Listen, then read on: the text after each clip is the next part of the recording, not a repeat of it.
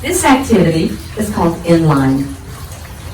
It's easy, but you have to think a lot about it because it's not a natural move. This is bringing one foot in front of the other.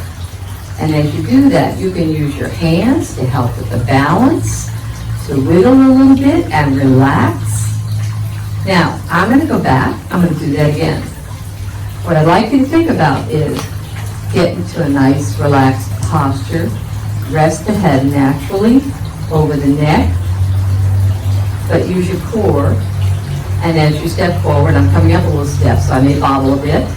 I'm going to bring that one foot forward. Let's see my posture. Think about standing tall. Feel strong.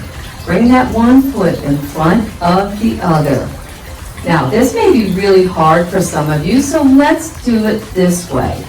Now, same form. We really want strength throughout the body without heavy, hard muscles. You could bring that foot slightly wider rather than directly in front of the foot.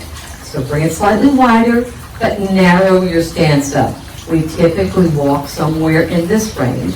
We want to bring that step in, and as we step, we really want to be thinking about bringing that foot as far forward as possible in front of the toe or closer together. One more time. Now let's do this with great form. Think about it.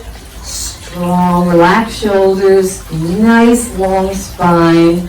Stepping with that foot as much as possible in front of the other.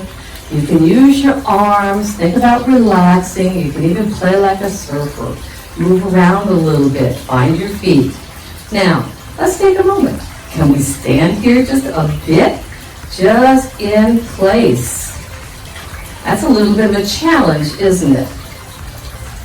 I hope you enjoy this move. This is one that will help you a lot for much of your balance throughout life.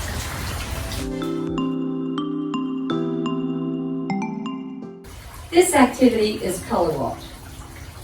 It's basically inline step, but I like to use colorful dots. I like to use color in everything, all day, every day.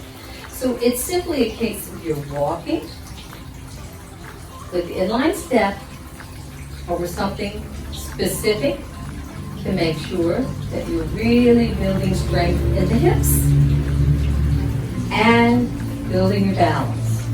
Now, you could also do this on your countertop. So say you feel a little unsteady.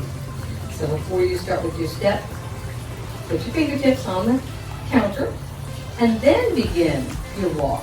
This is a great way to begin working on inline step because then you have something supporting you as well.